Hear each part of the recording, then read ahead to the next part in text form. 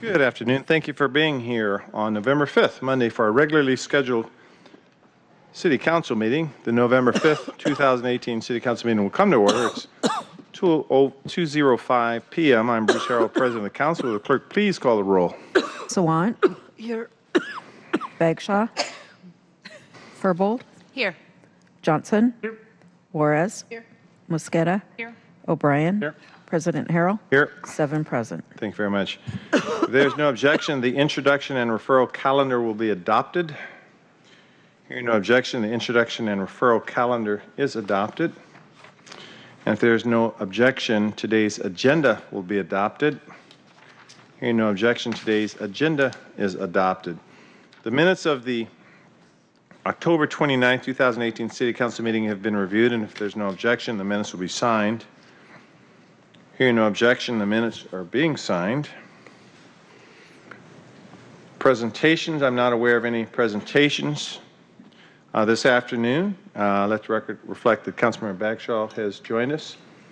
But I was already here, left and was here, and she had to go out for an that record straight. Public comment at this time. We'll take public comment on items that appear on today's agenda or our introduction referral calendar or our 2018 work program. And we're going to have public comment for 20 minutes, and I'll call you out in the order with which you've signed. Do we have any signatures this afternoon?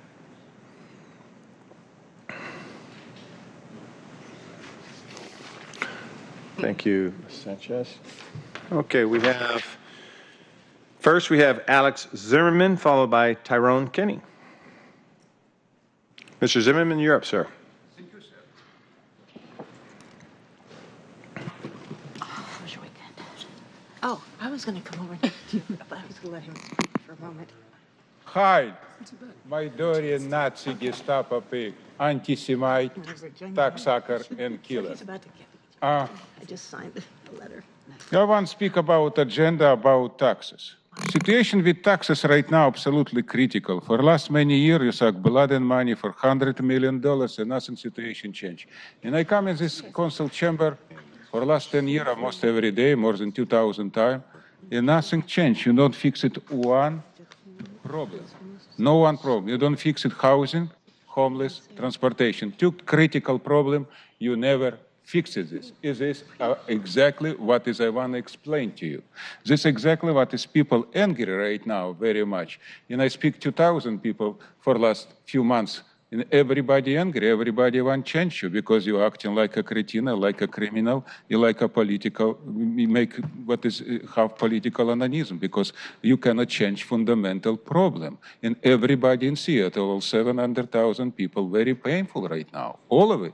I cannot find one man, and many people come to me in street in talking about this, and no one happy. It's a problem what is we have right now. Question right now very simple. Why we pay you $130,000? You have 4 assistants to you. You all, each of us cost approximately $1 million. You're doing nothing for many years, and you sit for many years. And it absolutely don't have sense, you know what I mean? Because by definition, you represent only small group of people. For example, we don't have one Jew in this council chamber. Its population of Jew exactly identical to for Brown council, what is we have right now, 7%. This is exactly what is we need talking right now. And I see this ever in media right now, because media a little bit stand up against you. So right now, speak to everybody, clean this dirty chamber from this Nazi pig, a Gestapo Brown. Thank you. Our next speaker is Tyrone Kenny, followed by Evette Danish Kenny. How y'all doing, City Council? I came to speak on the homeless area. You know, me and my wife were going over a few things, and also I want to speak on also to be able to hold meeting for the public in the Roberta room. You know, and I think we would need to open it up where we can all find out what the solution to how to solve some of these problems, because we continuously waste money. $90 million we wasting on services, not including getting houses for the people, you know. I know some of the service, and also as we help them, we need to not help them so much, but we need to let them be active to be able to help themselves. You know, that's what program that we need to really work on to be more self-sufficient of themselves and not just depend on the state all the time to doing things. And so that's where we came to be Harmony in the city. How can we be helping them if we continue to help them? And we should put some standards out where we wouldn't be able to spend all this money. If we can be able to put the people in a housing, we would continue. If we need to just say, well, you know, let them stay where they at until you build a house where you can put them in. Because you continuously to waste money by going out, cleaning up their mess, body waste, trash, needles, all of that goes into the services. And then you got to equip the people to do the service. They got to have some kind of shield to protect them from getting any kind of disease. So that's where we're wasting the money at. We're not putting them in homes because, number one, we continuously waste money on the service. You need to maybe let them stay where they need to be at. And these 4 years been by. We could have built some houses for them. Thank you, Mr. Kenny. Evette Danish Kenny will be followed by Richard Schwartz. Good afternoon, all. Is this on? Yes, it is. I've been going to the People's Academy for Community Engagement class that the Department of Neighborhood puts on. And even though you know I'm a veteran activist, I'm learning new things. It's an excellent class. Our last class is this Saturday, 10 o'clock.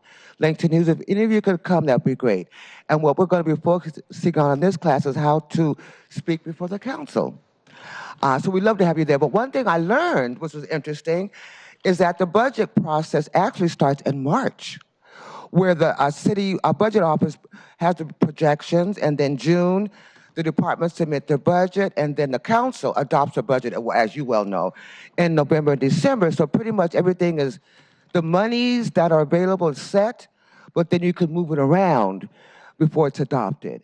And why that I find that of interest is because the Seattle Times on their Project Homeless, as my husband referred to, is that the $90 million in funding for homelessness is just programs and services. And there's stuff, money's been moved around for share and for will to extra money. But I found that interesting so that even if we show up at the budget public process meetings, there's really not much we can do in order to push for certain things. But also, 3 years into a state of emergency, what's been learned about the homeless problem is that there are 3 potential solutions: alternative housing, shortening waits for treatment, and diversion. And also, 3 lessons learned is no one is in charge, there is no price tag to fix the crises, and to address homelessness, you must address vehicular homelessness as well. And I must say that it is appalling to see where people living in their vehicles, where they are, places you would not expect, in upscale neighborhoods. And the reason it bothers me so much is because, quite frankly, it seems to leave a lot of trash. And as much as I support the issue, that's really not cool. So thank you. Maybe we'll see you next Saturday. Thank you. Our last speaker is Richard Schwartz.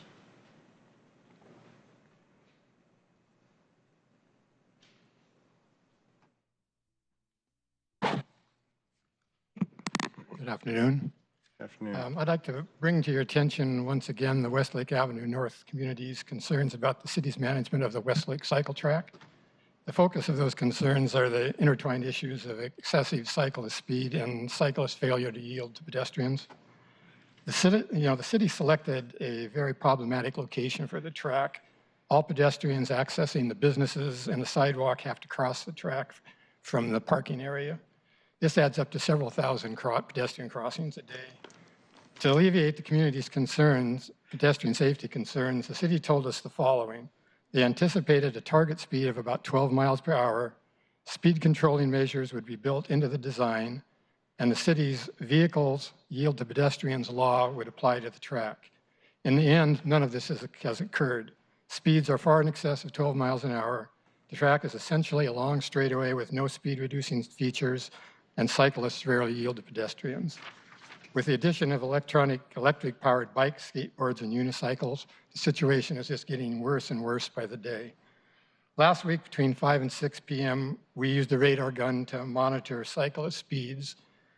30% were at 20 miles an hour or higher, 65% were 17 to 19 miles per hour, and only 5% were 15 miles per hour or less.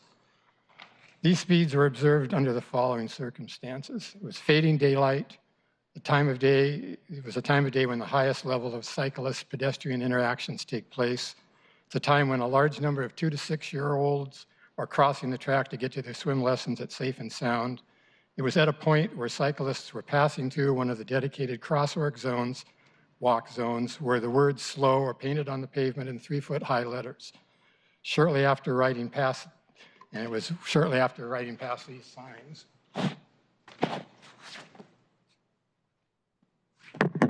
Oops, excuse me. Thank you, Mr. Schwartz. Thank you for your testimony. Could I just finish, please? I think we got time today, don't we? Another 30 seconds. Just try 10, 15. I try to keep the I understand. go ahead, make it real quick. Where was I at?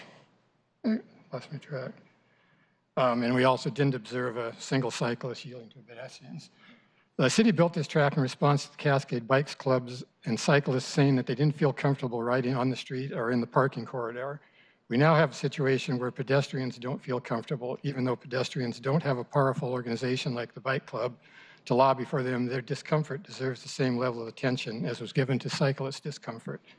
SDOT says there's no data to support our safety concerns.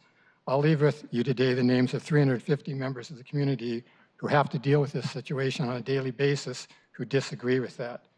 Data was not the criteria used for addressing cyclist safety concerns. The vast majority of cycling infrastructure is located in places where there's no data demonstrating accidents or injuries. And all we're asking is that we would like the city to manage this facility in the manner that they promised. And it was very clear what they said they were building and how it would interact with our community, and it just isn't happening.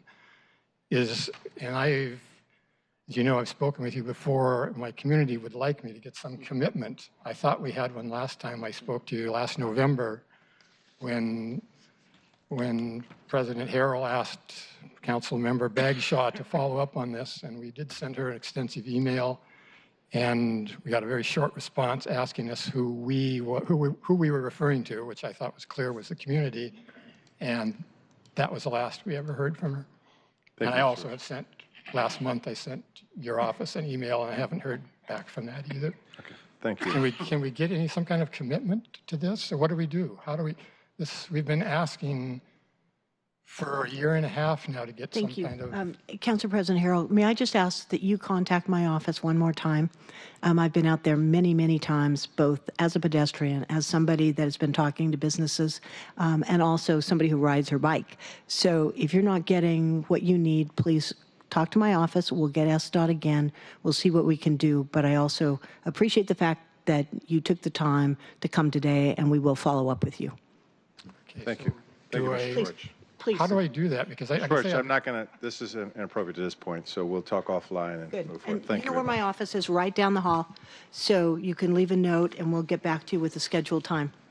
So I'm going to move the payment of the bill, so please read the title. Council Bill 119-400, appropriating money to place on the claims and ordering the payment thereof. Move to pass Council Bill 119400. Is there a second? Second. It's been moved and seconded that the bill pass. Any further comments? Please call the roll on the passage of the bill. Swant. Aye. Bagshaw. Aye. Herbold. Aye. Johnson. Juarez. Mosqueda. Aye. O'Brien. Aye. President Harrell. Aye. 8 in favor, none opposed. The bill passes and the chair will sign it. Please read the first agenda item. The report of the City Council, Agenda Item 1, Council Bill 119-399, pertaining to admission tax revenue, amending Section 5.40.120 of the Seattle Municipal Code, making technical corrections to Ordinance 125672. Thank you. So this is the matter, the technical correction that I described this morning during briefing. Basically, this council bill makes a technical correction to Ordinance 125672, which we did pass, dealing with our city's partnership with the Seattle Arena Company, LLC, for the redevelopment and operation of Key Arena. You may recall that an amendment was brought forward by Councilmember Herbold that was accepted by the Select Committee, had to deal with the admissions tax and giving some flexibility there. Literally, it just simply deleted some language in a section that we all had agreed to, and when it was formally signed and conveyed, we had a technical mistake and a clerical error, and we did not make that correction. So this is the technical correction to make sure that the ordinance reflects what we had agreed on when we voted on this deal. Councilman Herbold, did you need to add anything to that? Nothing to add. Perfectly Okay, said. any other questions by anyone on this? Okay, everybody good? Okay, so I will move to adopt Council Bill 119399. It's been moved and seconded to pass Council Bill 119339. Please call the roll on the passage of the bill. Sawant. Aye. Bagshaw. Aye. Herbold. Aye. Johnson. Juarez. Mosqueda. Aye. O'Brien. Aye. President Harrell. Aye. 8 in favor, none opposed. Bill passes and the chair will sign it. Is there any further business coming before the council? If not, we stand adjourned and everyone have a great rest of the afternoon.